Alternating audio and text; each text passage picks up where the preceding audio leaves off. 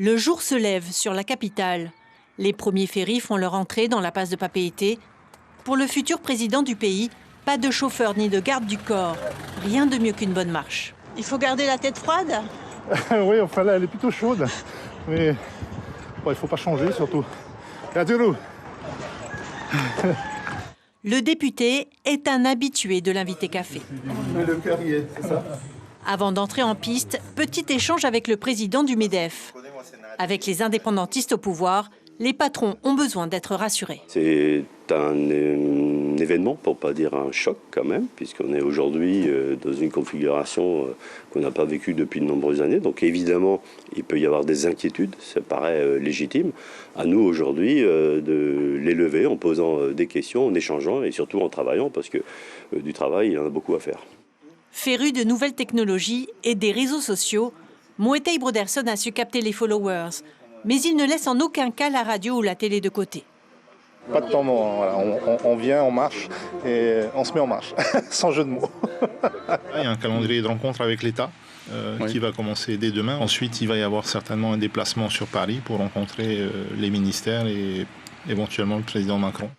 De la pédagogie, de la modération, les grands acteurs de l'économie polynésienne se laissent séduire. Il a bien compris que l'indépendance ne peut pas être à notre portée facilement. Il va falloir la gagner, cette indépendance. Et s'il a les épaules assez larges pour prendre en charge tout le travail qui va lui incomber pendant les années qui viennent, moi je lui dis en tahitien, fatuito. À la permanence du député, 1er mai oblige, un syndicat formule ses doléances directement au futur président. Les photos du leader indépendantiste Oscar Temaru ne sont jamais loin. Sa fille Teua n'est autre que la compagne du député. Je pense qu'aujourd'hui, le peuple polynésien a enfin compris qu'il n'avait plus besoin d'avoir peur et qu'en croyant tous en nous, on y arrivera. Et effectivement, beaucoup de gens, comme moi, croient en Moetei, effectivement. Mais pas de place à l'introspection, l'heure tourne, la priorité est à la constitution d'un gouvernement. Mon schéma est fait, l'organisation générale du gouvernement avec les ministères est également faite. Et puis reste aussi la discussion sur l'ouverture à la minorité.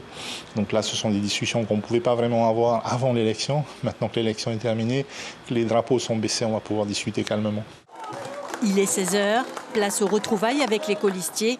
Il faut établir un calendrier de formation pour les nouveaux représentants à l'Assemblée et discuter stratégie en s'appuyant sur l'expérience des Métois. L'information en continu sur Polynésie la première, Internet et réseaux sociaux.